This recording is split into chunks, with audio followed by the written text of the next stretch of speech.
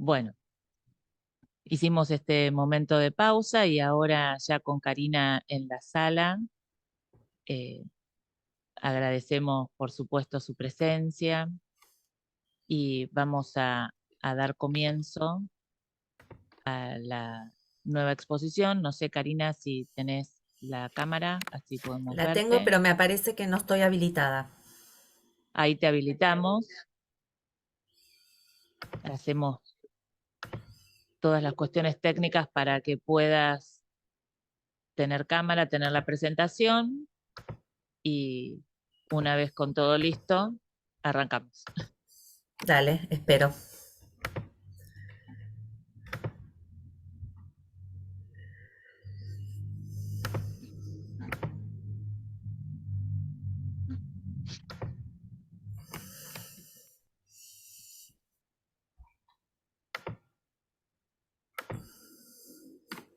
Aún no puedo, ¿eh? Me avisan, por favor.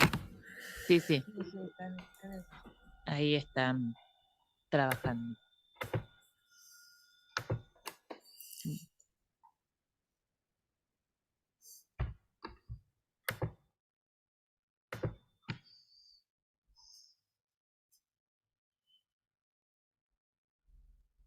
Estos son los momentos como los de los congresos presenciales cuando tenemos que cambiar los cables.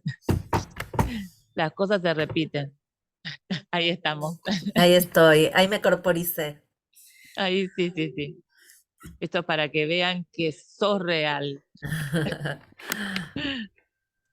Bueno, vamos a hacer la presentación.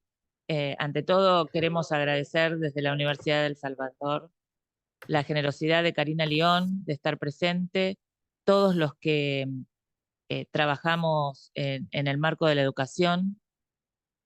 La conocemos, a ver, me parece que... No, no, está bien. Perdón, todos los que trabajamos en educación conocemos a Karina León, es nuestra referente en muchos casos, admiramos su capacidad para poder transmitir no solo conocimiento, sino vocación, ¿no? Porque creo que la palabra que te define, Karina, es eso, vocación por enseñar. Enseñar a los más chicos y enseñarnos a nosotros, a los docentes, para poder hacer que nuestras prácticas sean mejores, ¿no? Cada día. Así que, bueno, te agradecemos mucho la presencia en la universidad y ahora voy a hacer una presentación más académica. Te conocemos mucho, pero para que quienes no te conocen sepan un poquito más de vos. Karina León es doctora en educación por la UBA, es profesora de Educación y Tecnologías, Informática y Educación de la carrera de Ciencias de la Educación de la Facultad de Filosofía y Letras de la UBA, es investigadora, es docente en maestrías, doctorados nacionales e internacionales, es exdirectora de UBA 21 y del CITEP, y autora de muchas publicaciones en el campo de la tecnología educativa. Y actualmente es desarrolladora de videojuegos serios, ¿no? Bueno, y muchas cosas más, sobre todo una gran inspiradora. Así que te dejamos y te escuchamos. Bueno, muchas gracias por la invitación. Para mí es un placer compartir con ustedes. Estuve además escuchando los últimos minutos de Joel, así que también me gusta porque escuché y leí las preguntas que hacían, así que espero que esto también vaya en sintonía. La presentación mía es más conceptual, tiene que ver con en qué nos desafía la inteligencia generativa. Voy a compartir una presentación y me avisan si se ve bien. Sí, sí, la vemos perfecto, Karina. Bueno, muchas gracias. Entonces, lo primero que me gustaría es discutir qué hackea, qué pone, en qué nos interpela la inteligencia artificial generativa, a diferencia de otras inteligencias artificiales, porque la inteligencia artificial no es nueva, ya desde Turing hace mucho tiempo la estamos como seres humanos intentando poner inteligencia en estos objetos, sobre todo en la computadora, con programas diferentes.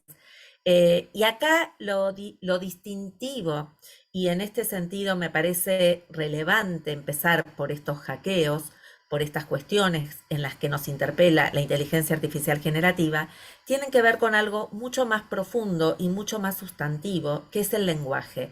La inteligencia artificial generativa y este chat GPT del que todos hablamos, opera y predice sobre una base que es la del lenguaje. Trabaja, por supuesto, con los datos, trabaja con la información que está puesta y que es muchísima, nuestras huellas digitales y toda la información que está, al igual que aparecía con lo que preguntaban anteriormente, la inteligencia artificial trabaja y opera sobre datos que ya están, pero en este caso la predictibilidad ya no es solamente una predictibilidad de la información, sino también una predictibilidad en términos de lenguaje, porque puede construir frases y al repreguntar estos prompts o instrucciones que damos, lo que hace es generar nuevas frases, nuevos discursos. Y esto es relevante porque el lenguaje es nuestro sistema operativo humano. Como diría Vygotsky, lenguaje y pensamiento tienen una mutua dialéctica. Se mete entonces con algo que nos es distintivo, que es el lenguaje. Y esta relación entre lenguaje y pensamiento, lo que empieza a preguntarnos como sociedad, es qué es lo que nos define como típicamente humanos. Cuando empiezan a entrelazarse o hibridarse, para usar un término que hoy se utiliza y que también tiene que ver con estos mestizajes, con estas hibridaciones, se empiezan a hibridar cuestiones que atributos de la naturaleza humana con atributos computacionales. Y esto es interesante como comienzo para empezar a discutir o para empezar a interpelar. La otra cuestión, antes de entrar en temas más profundos, tiene que ver con los sesgos y miopías de época. Cuando nosotros decimos que el etiquetado en el que trabaja la inteligencia artificial sesga, cuando decimos que la información nos viene personalizada, cuando fuimos a un restaurante y nos recomienda a qué restaurante podemos ir, o los libros que leer, o los viajes que hacer, estos sesgos que tienen que ver con el estudio del perfil del usuario y que la inteligencia artificial que ya tenemos en nuestros celulares, ¿no? Y no solamente a través de la inteligencia artificial generativa, nos brinda información personalizada y decimos que es sesgada, también traerlo a nuestra visión. Nosotros también sesgamos, nuestras miradas son sesgadas y tienen que ver con miopías que tenemos. La didáctica o la enseñanza muchas veces se entiende como una mera explicación o con este proceso más lineal de explicación, aplicación y verificación. El aprendizaje se entiende como rendimiento y entonces quienes aprenden son quienes rinden bien. Y estos también son sesgos. Entonces me gustaría, en esta idea de hackeos, sesgos y miopías, entender que también nuestras miradas, por supuesto, como diría Bourdieu, el punto de vista crea el objeto, nuestras lupas para mirar la realidad educativa no siempre son limpias, también tienen sesgos y miopías. Dicho esto, como primer paraguas, comprender en qué cambiaron los aprendizajes de los sujetos que habitan nuestras aulas. Porque para estos usos de inteligencia artificial generativa, que yo celebro porque hay que experimentar, hay que usar, hay que entenderla, también hay que comprender profundamente que los sujetos que habitan nuestras aulas aprenden distinto. Y estos aprendizajes diferentes tienen que ver con cierta horizontalidad, por ejemplo. En Internet no hay una información que se privilegia sobre otra, no hay una jerarquización, y la jerarquización implica un proceso de comprensión, de transformación de ese dato, de esa información en conocimiento. Frente a esta horizontalidad de la información, que también se amplía con la fragmentación de esta información. Hoy tenemos información en YouTube, tenemos información en Wikipedia, en plataformas distintas, en redes. Frente a esta fragmentación, nuestros estudiantes tienen que construir conocimiento. Y lo que está ocurriendo en general es que conectan ideas y las asocian, pero no siempre las comprenden. Acá hay algo que viene de la mano de las tecnologías, de estas fragmentaciones, de esta sobresimplificación, porque el acceso a la información se ha simplificado muchísimo desde el DOS hasta el día de hoy. y esta sobresimplificación opaca esta profundidad en entender los procesos de construcción del conocimiento, pero no solamente es esta asociación, esta horizontalidad, esta fragmentación o esta sobresimplificación que viene de la mano de las tecnologías, sino que muchas veces nuestros programas, nuestros currículum, espejan y repiten esa misma horizontalidad y esa fragmentación.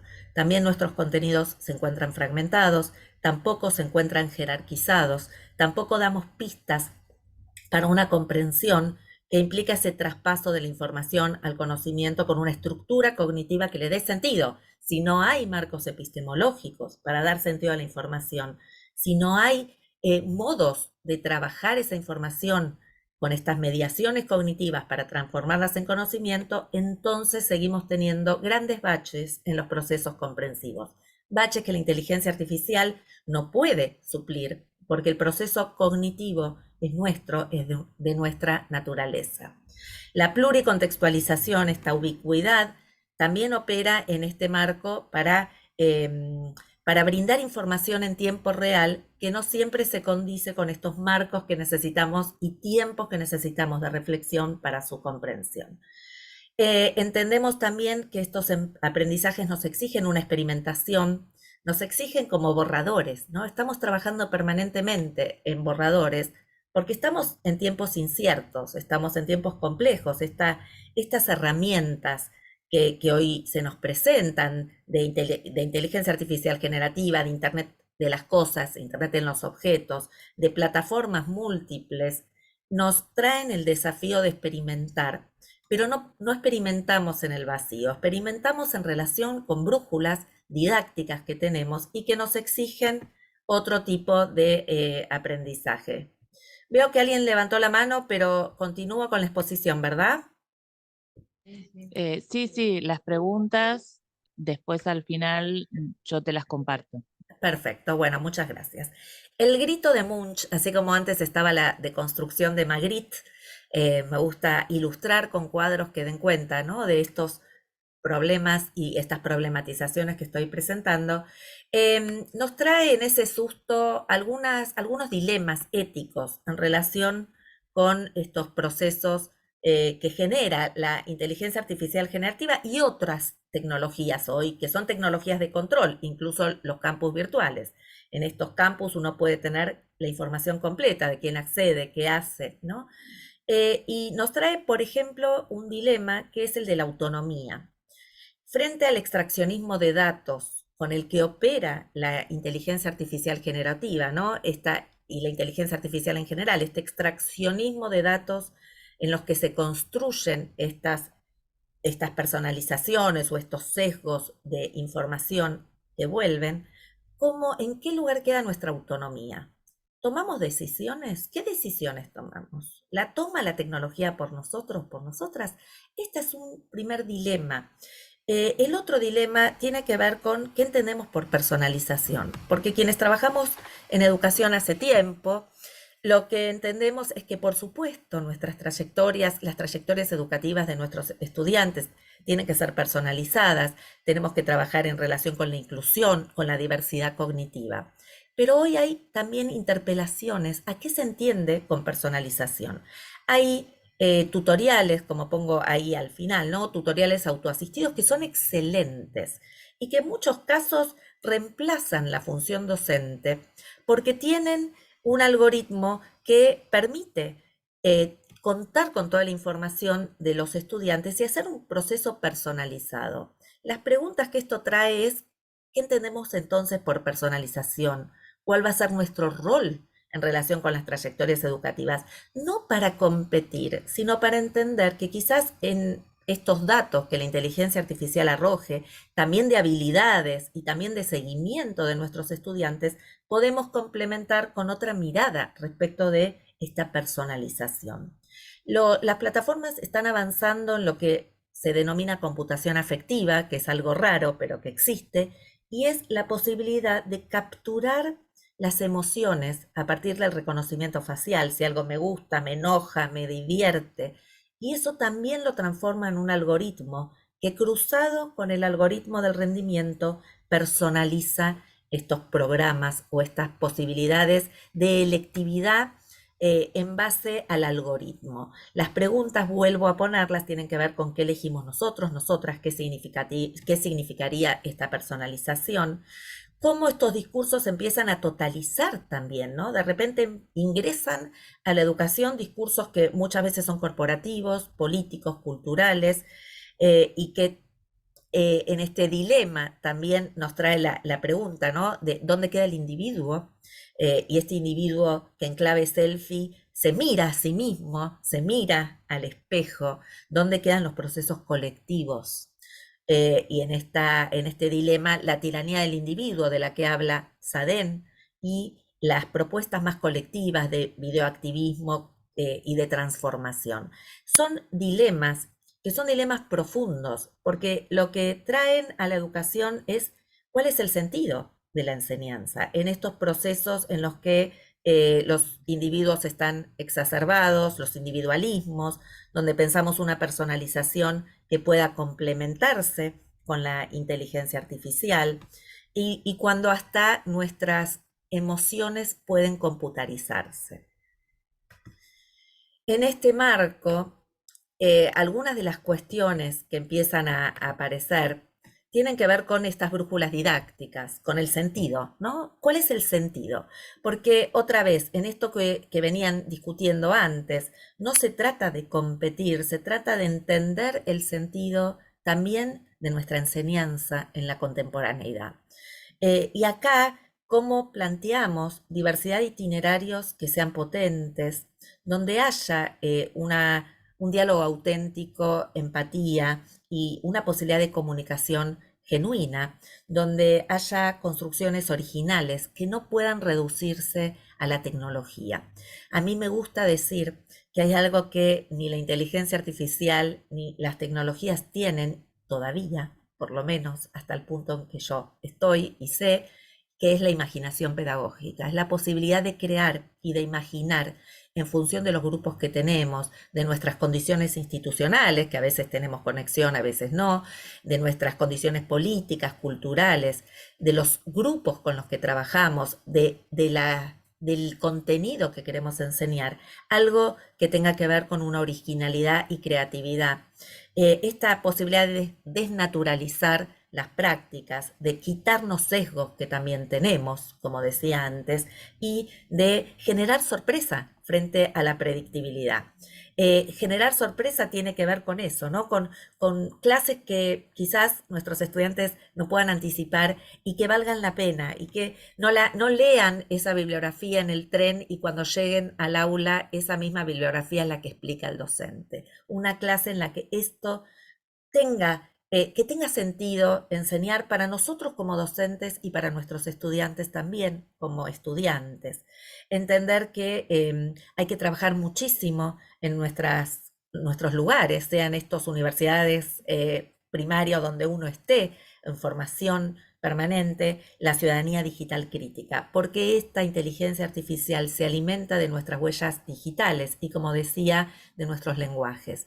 Cómo alterar entonces la enseñanza, cómo trabajar con evidencias de aprendizaje que hoy sí pueden capturarse a partir de datos que tenemos, pero que no alcanzan para generar estos itinerarios, son una base para repensar nuestras prácticas de enseñanza. En este sentido, no podemos enseñar sin evidencia respecto de los aprendizajes. Fue muy difícil la pandemia justamente por esta falta de evidencias o por esta dificultad de contar evidencias empíricas sobre los procesos, indicadores sobre los procesos de construcción del conocimiento, de resolución de problemas en nuestros estudiantes, que pudieran darnos alguna información sobre dónde estaban, cómo estaban, qué les faltaba para aprender.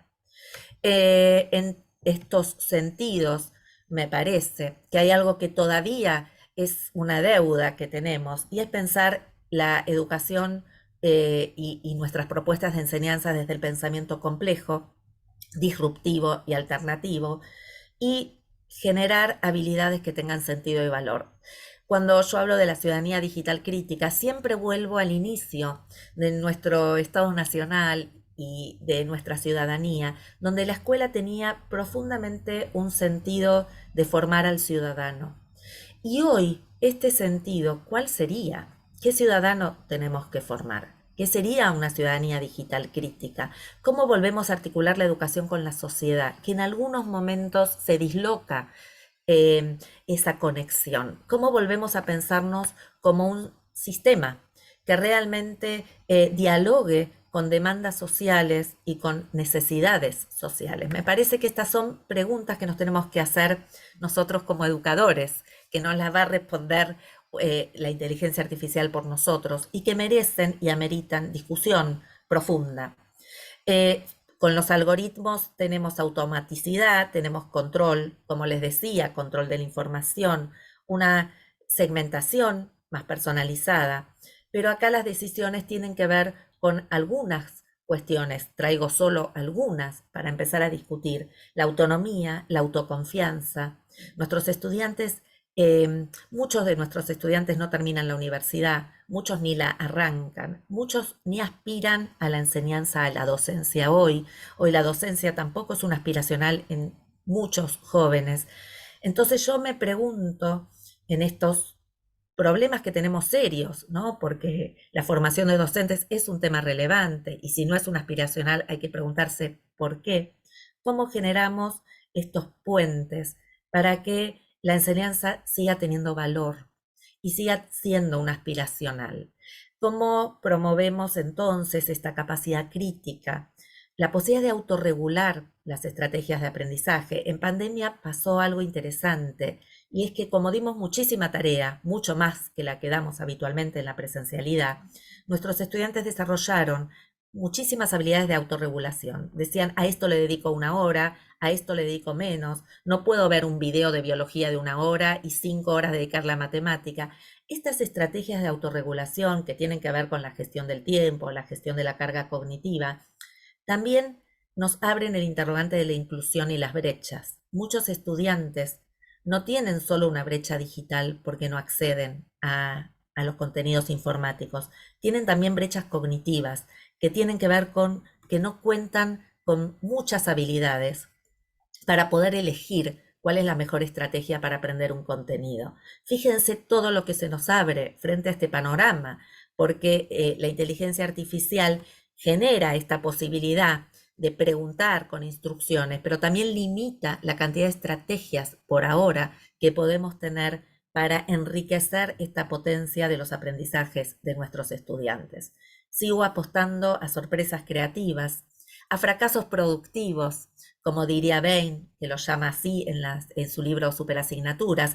Fracasamos porque hacemos, pero el fracaso nos enseña mucho. Esta idea de que el error es parte del proceso de aprendizaje, como decía Piaget, la decimos pero no la hacemos, desterramos el error, castigamos el error, castigamos y nos castigamos cuando una clase sale mal, cuando en realidad nos da el puente para pensar qué otras clases podemos hacer. La prospectiva tiene que ver con eso, con esta experimentación, con la toma de decisiones, tomar estos prompts, como diría Paulo Freire, en esta pedagogía de la pregunta. Nuestros estudiantes preguntan poco, llegan a la universidad y yo que dirijo tesis, les cuesta muchísimo formular una buena pregunta de investigación para una tesis, pero yendo para atrás, lo que discuto, lo que me pregunto es, ¿cuándo aprendieron a preguntar? Si todo el tiempo están dando respuestas, ¿no? Entonces el prompt como pregunta puede ser una oportunidad para volver a poner el acento en esta idea de que preguntar es valioso cuando uno formula buenas preguntas y que también es un indicador respecto de los procesos de construcción del conocimiento. Y en estos mapeos que estoy pensando, y como siempre ven, va acompañando de una imagen que es un cuadro que a mí me permite metaforizar o pensar mientras hablo, ¿no? Creativamente. ¿Qué analítica de datos necesitamos? Porque otra vez, sin desterrar justamente para potenciar estos usos que en plataformas nos provee todo lo que arroja la inteligencia artificial, apostando a small data, a la data pequeña y no a los grandes volúmenes. ¿Qué información necesitamos para tomar decisiones didácticas? ¿Qué información le pedimos a estas herramientas o nos brindan estas herramientas para tomar decisiones que son potentes para repensar nuestros procesos de enseñanza? Por otro lado, ¿cómo concebimos diseños experimentales desde la didáctica? Esto que les decía de anticipación. Alicia Camillione una vez dijo, y a mí me encantó esta idea, que la educación debiera tener o poder anticiparse a algunos de los problemas, en lugar de dar siempre una respuesta defensiva o tardía, ¿no? Y es difícil esta posibilidad de anticiparse, pero hoy tenemos un montón de elementos para pensar prospectivamente cómo nos imaginamos la enseñanza en los próximos años, qué queremos que suceda en esos próximos años, cómo queremos, qué queremos probar. Y la última idea de este mapeo tiene que ver con una metáfora que alguna vez escribí, que es la de tatuajes cognitivos. Y es así como el hombre ilustrado, si recuerdan a Bradbury, tenía en su piel muchísimos tatuajes que reflejaban sus historias, narrativas de su vida. Nosotros también tenemos tatuajes sobre la piel que nos va dejando nuestro paso por el sistema educativo. Esos tatuajes no siempre son bellos dibujos, muchas veces son cicatrices, producto de alguna práctica en la que no nos sentimos ni incluidos bien o algo pasó o experimentamos algo que nos dejó una cicatriz. Pero me gustaría recuperar los tatuajes de esas buenas prácticas, como hubiera dicho Edith Litwin, de esas prácticas que nos maravillaron. Y esos tatuajes son las huellas que quedan. ¿Qué huellas nos quedan? En lo personal, muchas de esas huellas en mi historia escolar tuvieron que ver con experiencias que uno llamaría de borde, algo de plástica, algo de educación física, alguna salida escolar, algún canto, un fogón. Y es interesante porque esto nos remite a algo que también, como la inteligencia artificial, no es nuevo, que lleva muchos años, y sin embargo volvemos a esa idea de la escuela nueva, en la cual la experiencia es el centro del aprendizaje. Dice Eisner que nuestras ideas, nuestra forma de abstraer conceptualmente las ideas, proviene de experiencias sensoriales. Como niños y niñas pequeños, nos llevamos a la boca, miramos cuando tenemos todos los sentidos, ¿no? Por supuesto, pero experimentamos desde lo sensorial. Y es esa primera aproximación sensorial la que nos permite un proceso de construcción de las ideas. Y sin embargo, a medida que pasamos de nivel, no en un juego, sino en el sistema educativo, lo que nos va pasando es que nos alejamos de esas experiencias sensoriales, privilegiamos lo textual, entendiendo que lo cognitivo casi se reduce a la cultura hegemónica letrada y otra vez el sesgo que tenemos. Privilegiar lo letrado y reducir y no mirar este marco de experiencias que hoy también las tecnologías nos brindan a través de múltiples lenguajes, nos trae una mirada sesgada que para mí es riesgosa. Estos tatuajes cognitivos lo que nos muestran es cuáles son las huellas que nos quedan, esas marcas a lo largo de nuestro sistema educativo, y nos hace pensar qué marcas queremos dejar en nuestros estudiantes, marcas que pueden integrar la inteligencia artificial y pueden no integrarla en términos de decisiones didácticas que querramos poner en circulación. Voy a ir con las últimas ideas para dar lugar a la discusión. Y acá posibles ejes para esta transformación didáctica tienen que ver con ideas que no son nuevas, pero que las recreamos en este contexto, que es el espiralamiento de Brunner. Ir a profundidad e ir a algo más inmersivo. Los videojuegos, las series y muchos objetos de la cultura nos hablan de profundidad y nos hablan de inmersión. Cada vez agregamos más contenidos en lugar de currículum minimalista.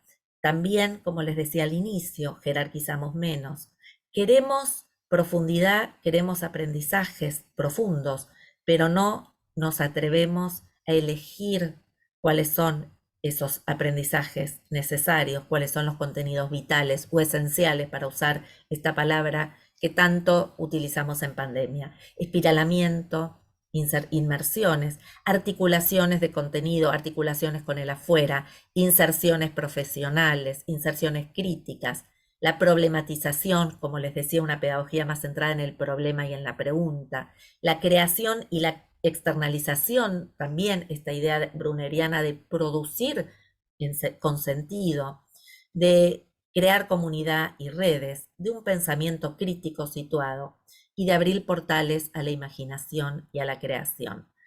Tenemos en esos ejes desafíos didácticos que son muy complejos. Transitamos permanentemente incertidumbres de todo tipo, no solo tecnológicas, imprevisibilidad permanente. Y frente a esta imprevisibilidad, ¿por qué no generar una sorpresa atractiva en la clase que voy a dar?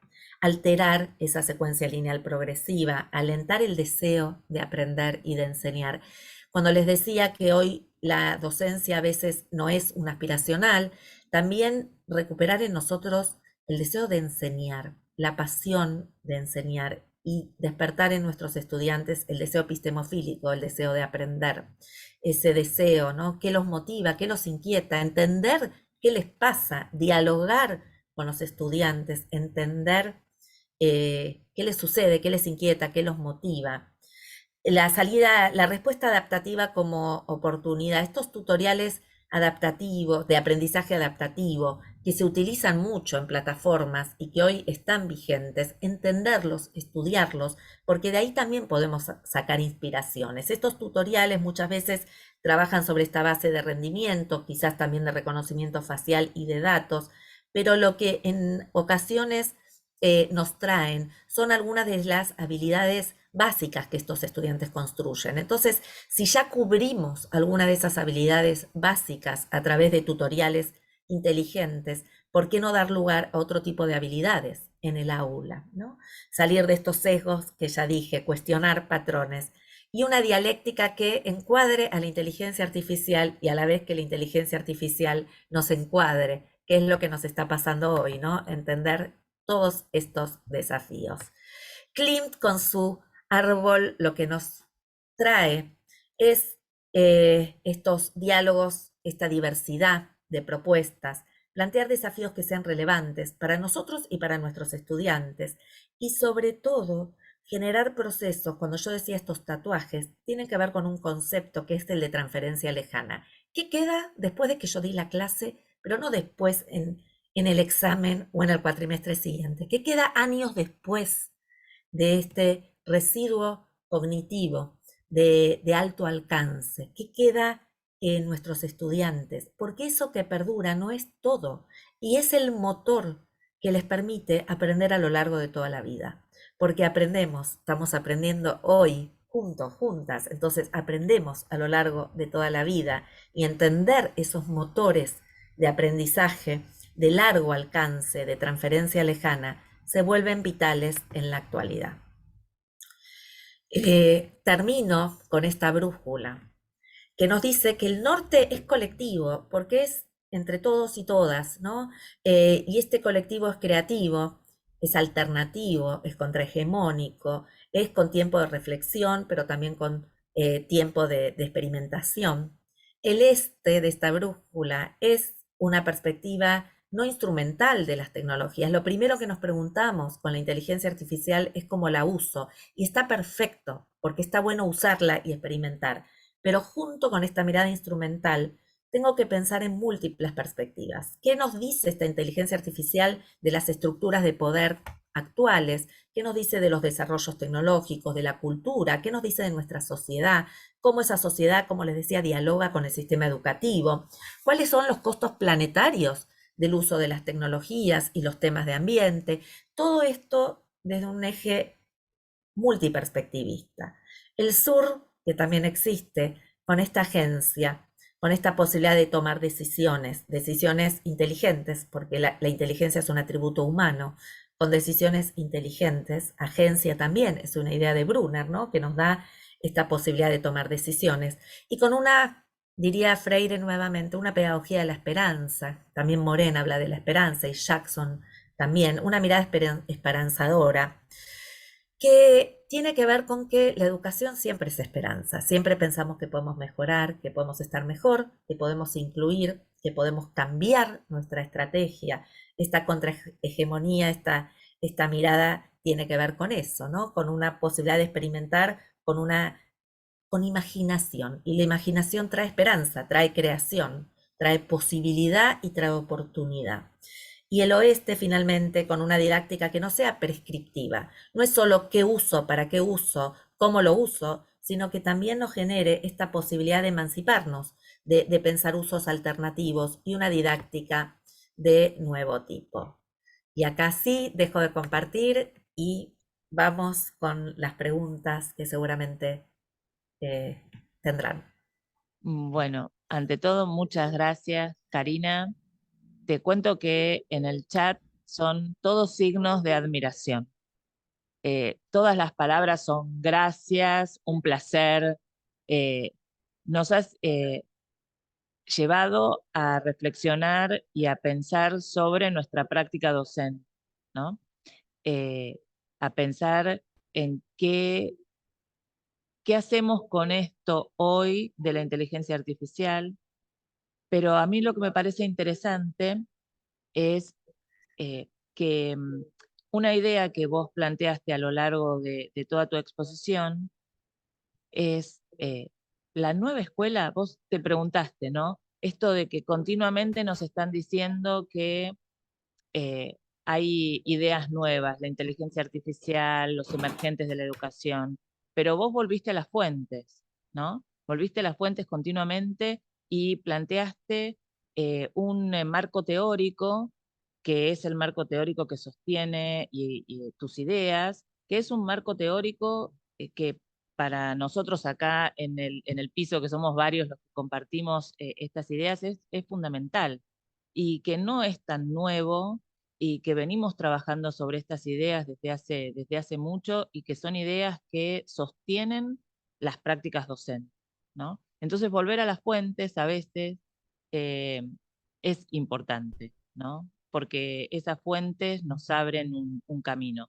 Entonces, bueno, esto primero quería decirte que hay puro agradecimiento en el chat y hay mucho entusiasmo que has abierto con preguntas, con ideas, con reflexiones. Y ahora paso a las preguntas. Hay una primera pregunta que te hacen, eh, que es la siguiente: ¿cómo podemos propiciar aprendizajes profundos en estos tiempos, ¿no? En estos tiempos que muchos llaman de la inmediatez, en estos tiempos tan acelerados en los que vivimos?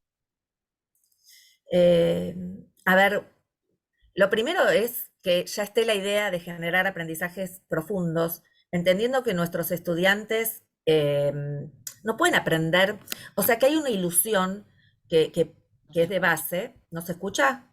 No, perdón, yo no escucho. Es algo, perdón, Ah, no, a vos se te escucha perfecto. bueno, por estoy también teniendo unos problemitas de conexión. A ver, hay una ilusión y es que hay un programa de contenidos, nosotros enseñamos y los estudiantes aprenden todo lo que les damos, ¿sí?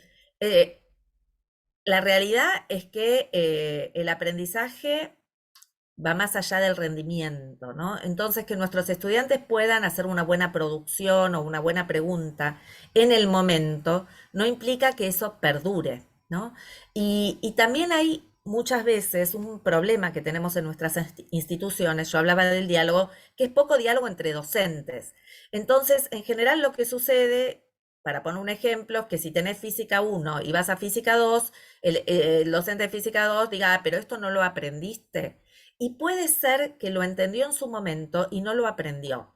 Esto es lo que sucede en muchas ocasiones, pero también esa ilusión tiene que ver con que los programas son imposibles, son imposibles.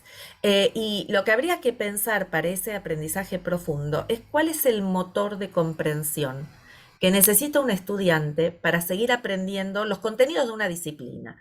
Porque si yo pienso que doy Revolución de Mayo y el estudiante no entiende que es una revolución, que es el concepto madre, no va a entender Revolución Industrial, no va a entender Revolución Francesa, no va a entender Revolución de Mayo, aun cuando esto exige, por supuesto, contextualizaciones, pero estoy poniendo un ejemplo, ¿no? Entonces, ese motor y ese proceso de comprensión Hoy está muy difícil, por lo que les decía, porque nuestros estudiantes están expuestos a grandes volúmenes de información, información fragmentada, información visual, textual, en distintos lenguajes, y con todo eso tienen que hacerlo converger en una mente. Y muchas veces no cuentan con esos elementos para mediar esa información. Entonces hay que prestar atención a qué estrategias utilizan para transformar esa información y convertirla en conocimiento.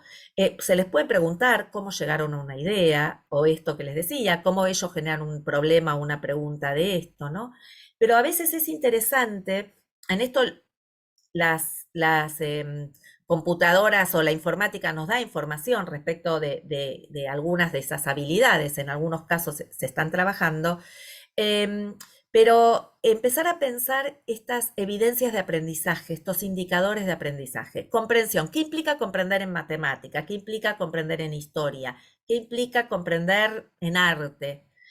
Por ejemplo, ¿no? Entonces, esos indicadores lo que nos van a dar es este potencial de pensar estrategias para favorecer aprendizajes más profundos y no todos esos aprendizajes, porque es una ilusión, otra vez, ¿no? Los programas son propuestas pedagógicas que se ponen al servicio de, que muchas veces son programas que interesan, muchas veces no interesan, tampoco escuchamos qué les pasa a nuestros estudiantes con esos programas.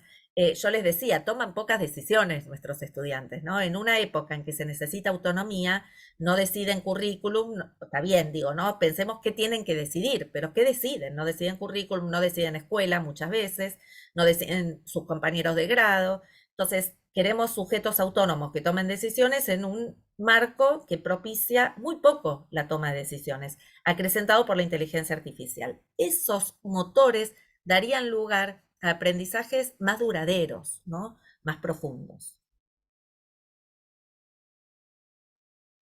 Perdón, había apagado el micrófono. Sí, en este sentido, esto último que estás diciendo se vincula con una pregunta, reflexión que nos hacen, que está vinculada con esa oposición entre los programas extensos y los programas minimalistas de lo esencial, ¿no?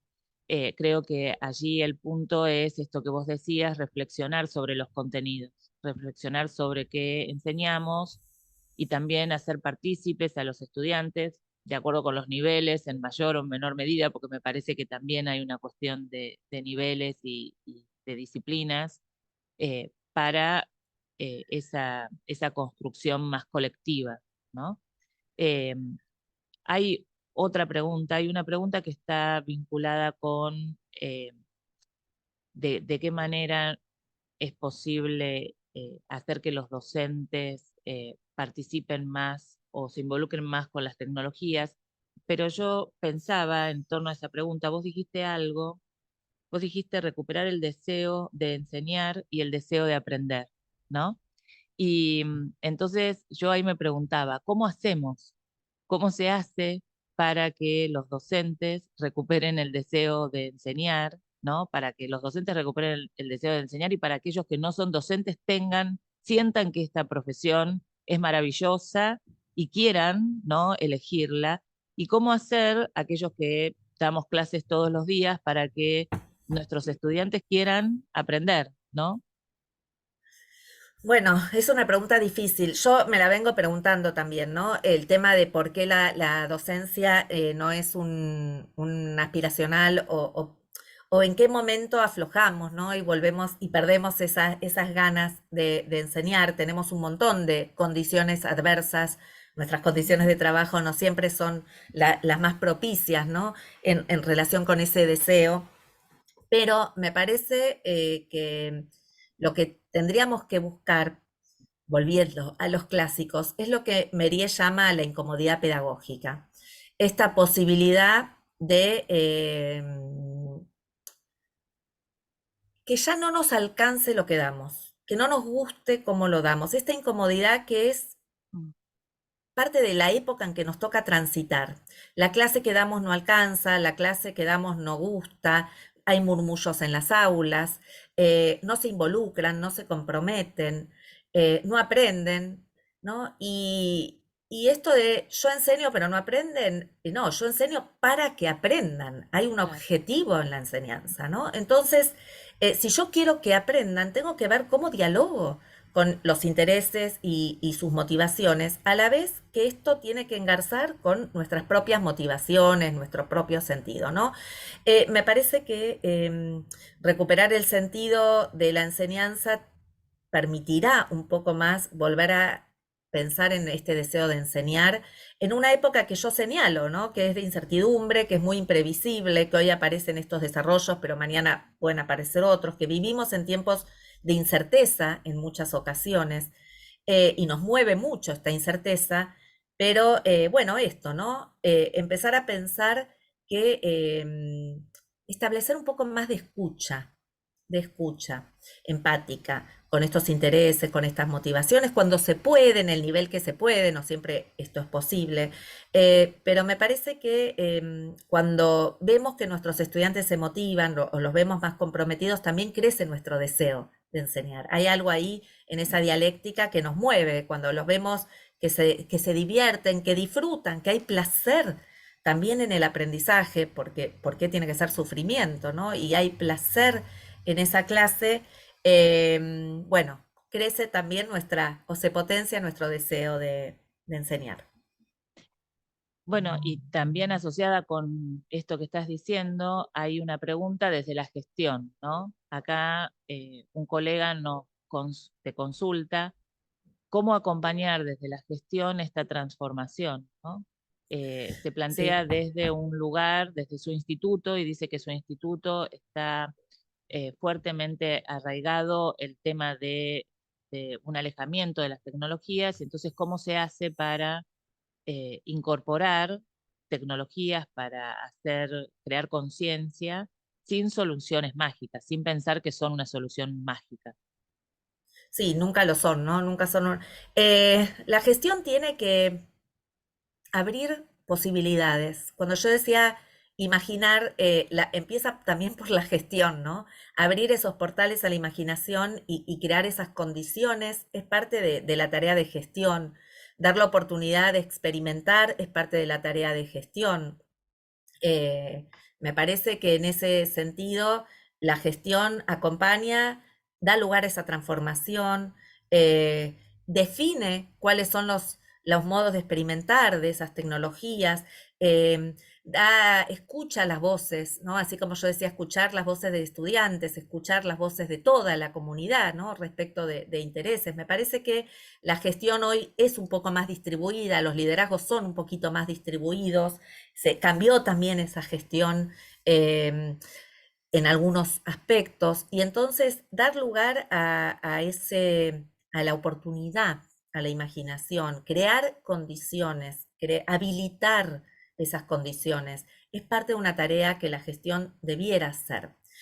Habilitar también la toma de decisiones compartida, dar lugar a la experimentación en distintos espacios, donde la tecnología se viva, por ejemplo, en todos los espacios, ¿no? Muchas veces se restringe al uso de dispositivos, se restringe a laboratorios o a makerspace, y en realidad la tecnología puede estar en los pasillos o puede estar en todos los ámbitos de un espacio educativo, ¿no? Entender que esa tecnología hoy es porosa y cobra lugar en toda una institución. Me parece que son esas algunos aspectos que se pueden empezar a pensar. Eh, bueno, hay una pregunta eh, vinculada con la inteligencia artificial y dice, ¿cómo se concibe? Yo diría sí se concibe, ¿no? ¿Cómo se concibe como emancipadora a la inteligencia artificial? La emancipación no es de la inteligencia artificial, es nuestra, ¿sí? Diría Habermas, es una característica nuestra de la humanidad y de la sociedad. Yo creo que siempre que mantengamos una mirada crítica respecto de los usos y no solo instrumental, digo instrumental tiene que haber, porque para hablar del chat GPT hay que experimentar, hay que probar, esto que decía Joel antes también, hay que ver qué herramientas existen, cómo se usan, pero en principio ese uso instrumental es limitado, ¿no? Y la emancipación tiene que ver con esto que yo decía de una ciudadanía digital crítica, que nos ayude a entender cuáles son los dilemas que plantea, los alcances que plantea, las limitaciones que plantea, las oportunidades que plantea. Todo este ejercicio crítico de los aspectos más positivos y los obstaculizadores son parte de un análisis que hacemos nosotros como docentes y como sociedad. Y esa es la mirada emancipadora, no es de la inteligencia artificial, es nuestra como sociedad de entender estos dilemas éticos. Éticos también tienen que ver con esos usos, qué sí le permitimos y qué no, hasta dónde, ¿no? Porque hay países que están experimentando con la inteligencia artificial de maneras que uno podría, controvertidas, ¿no? China está usando diademas neuronales para que en tiempo real el docente en el aula sepa qué alumno está prestando atención en qué minuto de la clase, qué alumno dejó de prestar atención. Bueno, esos son usos invasivos, ¿no? Y nos traen preguntas éticas respecto de la inteligencia artificial. Por supuesto, en una sociedad de control y disciplinaria, ¿no? Pero otra vez, es pensar estos usos críticos. Eso nos emancipa, ¿no? Y nos emancipa como colectivo cuando compartimos estas ideas, cuando las trabajamos entre todos. Bueno, Karina, eh, ya podemos dar cierre a este encuentro. La verdad es que ha sido muy, muy enriquecedor. Nos quedamos con muchas ideas para pensar, como siempre que hablamos con vos. Eh, a mí me pareció que en toda tu presentación con esa interrelación entre el arte y el lenguaje, nos abrís puertas para seguir pensando. Cada cuadro era una invitación, porque sé que está elegido, yo sigo tus presentaciones y sé que esto lo haces, que te gusta el arte, y el arte es emancipador también. El arte nos permite pensar, el arte nos permite abrir nuevas puertas y, y bueno, y la literatura, empezaste hablando del lenguaje. Yo soy profesora de literatura, entonces el lenguaje también. El lenguaje, todo esto de la inteligencia artificial tiene detrás eh, palabras, ¿no? Tiene detrás un lenguaje que nosotros debemos recuperar. Tenemos nosotros como docentes que poner el cuerpo, ¿no? Me parece que detrás de todo esto, de esta imaginación pedagógica de la que hablaste, hay personas, que somos los docentes, que son los estudiantes, los directivos, que son los que le dan sentido a los procesos de enseñanza y aprendizaje. Sin un docente, sin un estudiante, sin una institución, sin políticas públicas que acompañen todos estos procesos, es imposible enseñar y es imposible aprender. Así que creo que, bueno, que nos dejas mucho para pensar. Gracias. Ahí compartí que me pidieron en Twitter, @Karina León, e Instagram es lo mismo, karina.león es mi Instagram. Seguimos conectados, conectadas, y un placer también para mí estar con ustedes. Así que muchísimas, muchísimas gracias. Bueno, muchas gracias, Karina. Y bueno, tenemos unos minutitos para